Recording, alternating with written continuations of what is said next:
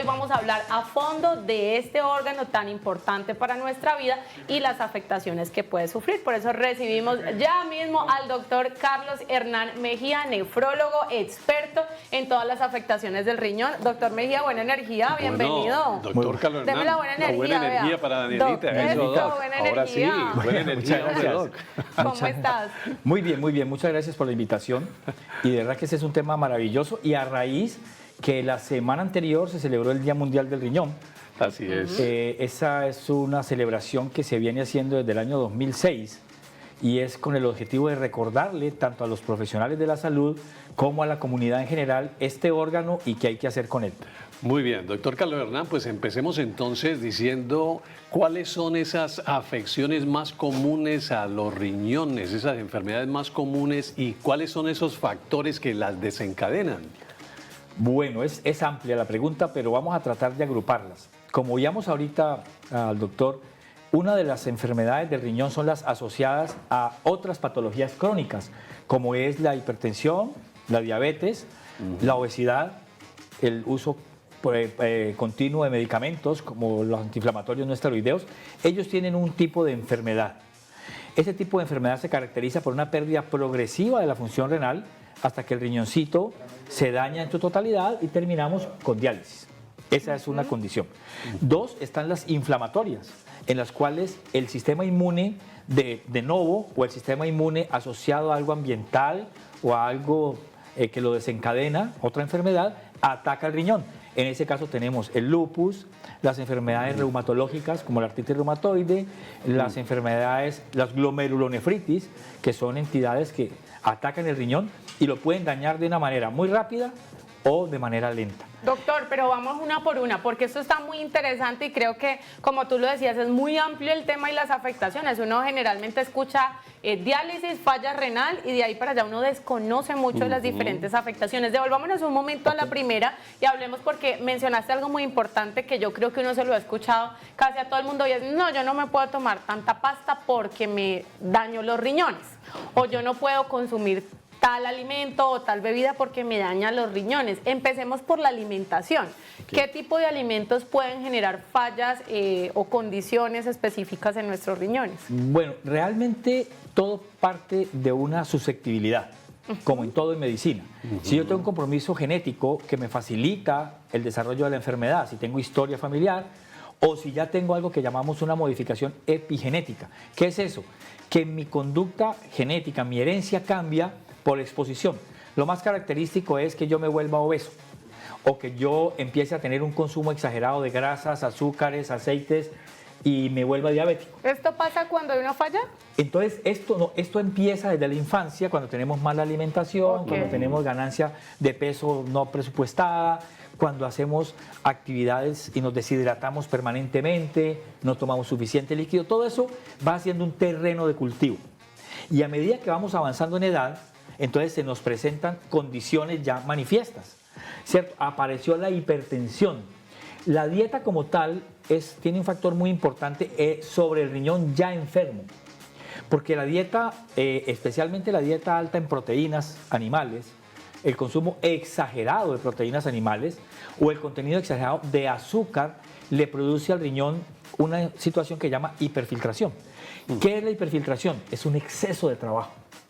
Entonces, si el riñoncito, por así decirlo, tiene que trabajar al 100%, si yo consumo mucha proteína animal o consumo mucho azúcar, me va trabajo al 140%.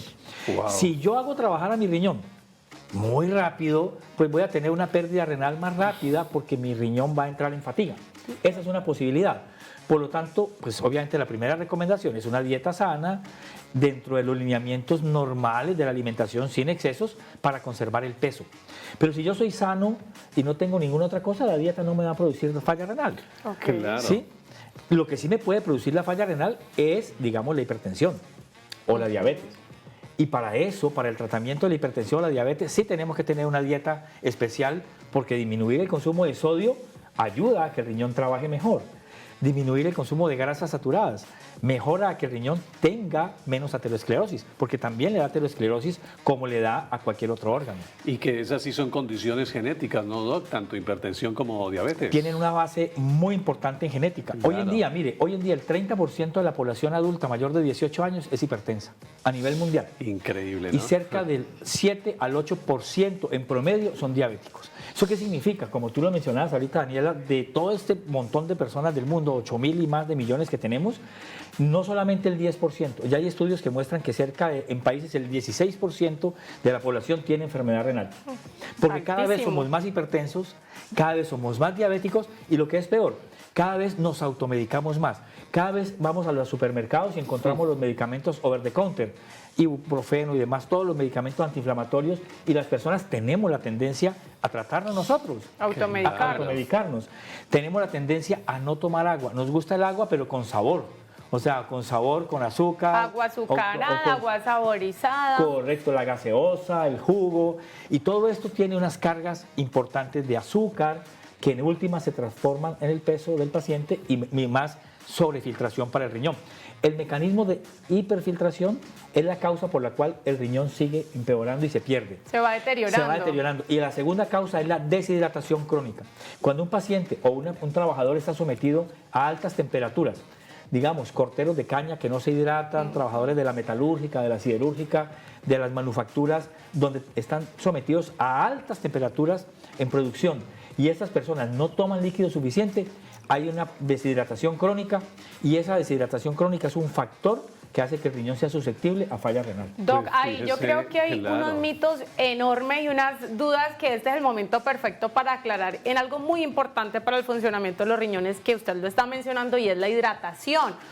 ¿Cómo nos hidratamos correctamente? Muchas veces, y sabemos que las redes sociales han influido muchísimo en que entonces sale un influenciador a decir, no, se tiene que tomar 8 vasos, era como lo más establecido, pero ahora dicen, no, hay tantos litros de agua porque si no tal cosa, y resulta que incluso podemos estar sobrecargando nuestro cuerpo de agua si no tenemos las actividades correctas, ¿no? ¿Cuál es la hidratación correcta y con qué nos hidratamos? ¿Es agua sola? ¿Es agua con electrolitos? ¿Cómo es la manera idónea? Bueno, es bien interesante, pero en términos generales es sencillo.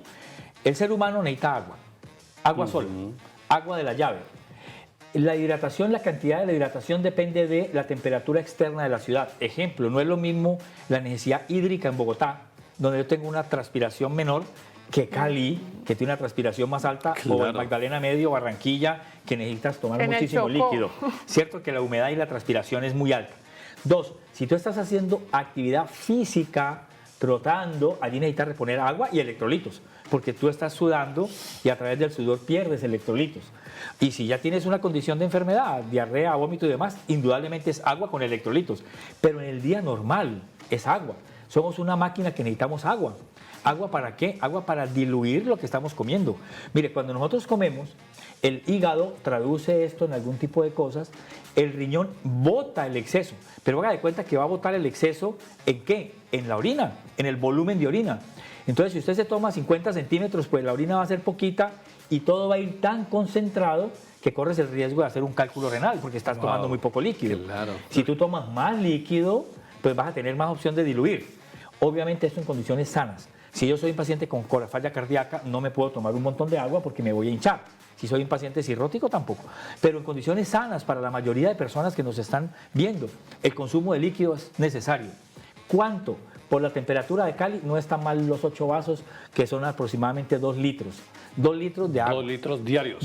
De agua, sí señor, diarios. Diarios. Diarios porque, entre comillas, con la temperatura nuestra, perdemos alrededor de 500 a 600 centímetros solo entre piel y respiración. Y recalcar, Doc, que es agua, porque hay gente que dice 2 litros de líquido y entonces dice, no, entonces me compro una gaseosa o un té de limón, Sí, y resulta que antes están poniendo a trabajar más el riñón. Una olla de agua Entonces, tiene que panela. ser agua pura, Sí, el agua. líquido que más le conviene a nuestro organismo. Hay una pregunta de un televidente rápidamente, Doc, que dice lo siguiente: hola, buenas tardes, bendiciones a todos. Dice, tengo mi hijo de 8 años y hace un año viene presentando ardor al orinar.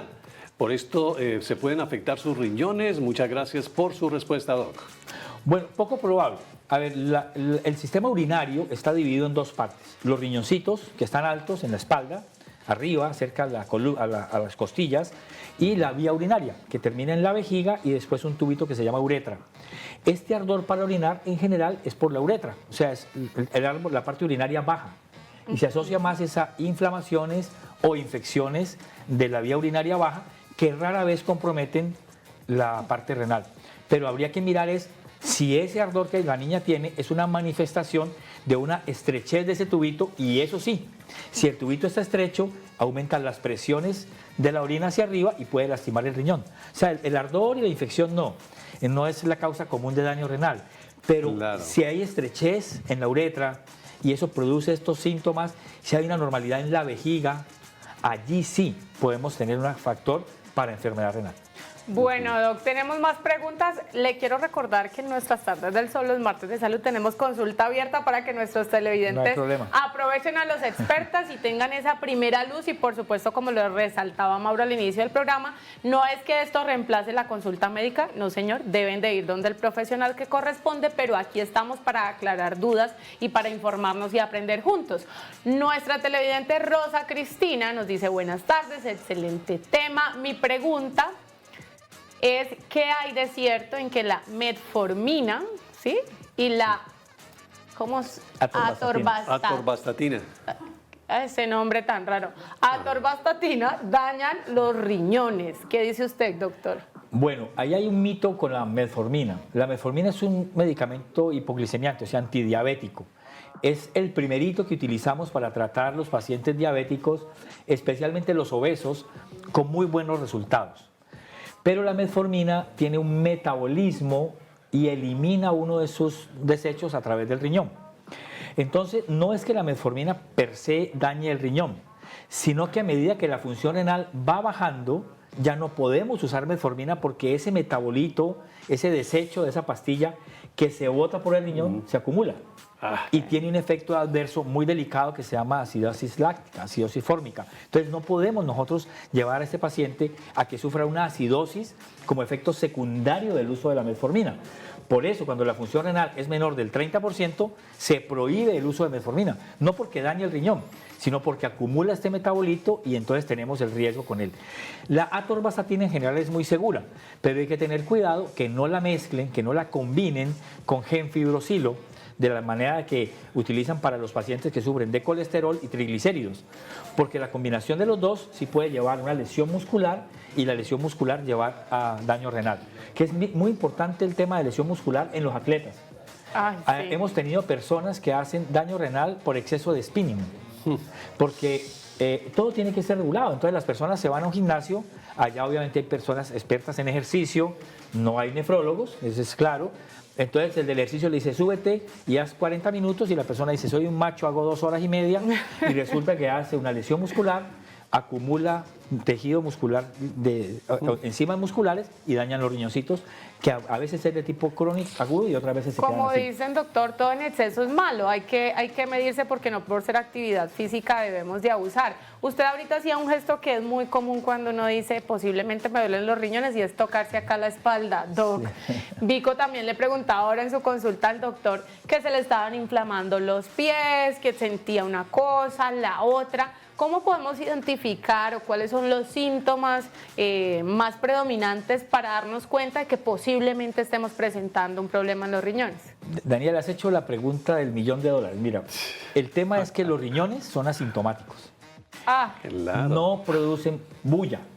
El doctor mencionaba el dolor en los riñones, solo se ve en el cálculo renal. La única enfermedad que produce dolor claro es el cálculo renal, y la otra que podría producirlo es la enfermedad poliquística, que es una enfermedad genética en la cual el riñón va sufriendo una degeneración, un reemplazo del tejido normal por bolitas de orina, hasta que ese riñoncito quístico ya no funciona. Ellas dos producen dolor, pero la mayoría, la asociada a la presión, al azúcar, a medicamentos, no producen dolor, o sea, no producen nada, sino que cuando usted dice: me hinché los pies, tengo anemia y náusea, el riñón está dañado. Por eso es tan importante que en la consulta, como decía ahorita el doctor, pregunten: oye, yo quiero saber cómo están mis riñones. Es probable, mire, son exámenes sencillos, un examen de sangre, la creatinina, un examen de orina, la albúmina, un uroanálisis. Con eso iniciamos el estudio.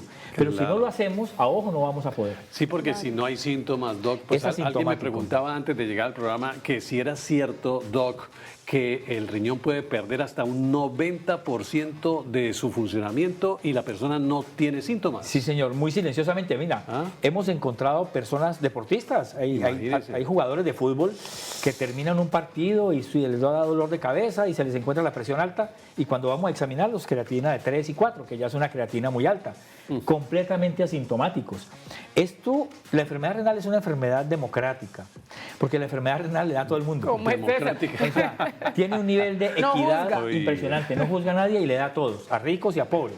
Lo que pasa es que hay una mentira epidemiológica y es que le dicen que le da más a la gente de bajos recursos, pero es que porque somos más las personas de bajos recursos. O sea, si usted en un país como Colombia, Claro. que somos 50 millones y 40 tenemos bajos recursos, pues es más lógico que el mayor número de pacientes vengan de esos 40 millones que de los otros que son Correcto. poquitos. Pero la enfermedad renal le da a todo el mundo, es democrática, hombres, mujeres, blancos, negros, rubios, de todo, niños y adultos. ¿Que hay factores de riesgo? Sí, como decíamos, y hay personas que van cambiando el factor de riesgo porque se exponen a una enfermedad adicional o a un medio ambiente que no les favorece o a una exposición industrial, uso de químicos, agroquímicos, pesticidas.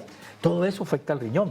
Plomo, minería, mercurio, todo eso daña los riñones. Entonces nosotros lo que tenemos que hacer es una gran campaña educativa, que no la he visto, y que hace falta hacerla diciéndole a la gente, mire, hay muchas condiciones medioambientales que afectan el Uy, riñón. sí. Hay condiciones del uso diario que afecta el riñón. No solamente es el cigarrillo que lo afecta, pero la gente dice al cigarrillo sí, pero el resto, la polución afecta. La gente que trabaja en minas, que no se cubre, que no se protege. Los agricultores que fumigan así sin máscara, sin nada. Y ese punto sí que es interesante, Doc, porque estamos en una región donde hay actividades de agricultura, de minería demasiado grandes. El tema medioambiental me parece clave porque estamos en una de las regiones más biodiversas del mundo. Eso es una bendición, algo que debemos de agradecerle a Dios, al universo, pero también lastimosamente en una región donde todavía se ve la minería ilegal, la contaminación de ríos, las aguas residuales van a las fuentes hídricas y finalmente lo que consumimos termina estando muchas veces infectado con muchas sustancias como la que usted mencionó y eso puede influir gravemente. Uno puede tener los mejores hábitos, las mejores condiciones, hidratarse, todo, pero si hay condiciones medioambientales o del entorno que nos afecten, pues estamos Correcto. vulnerables. Y una cosa más, hoy en día consumimos, las personas no tienen la costumbre de hacer un buen manejo de las verduras. Hoy en día ustedes saben que estamos comiendo un montón de agroquímicos, cada que nos comemos un tomate, cada que Ay, nos comemos sí. una verdura sin organizar.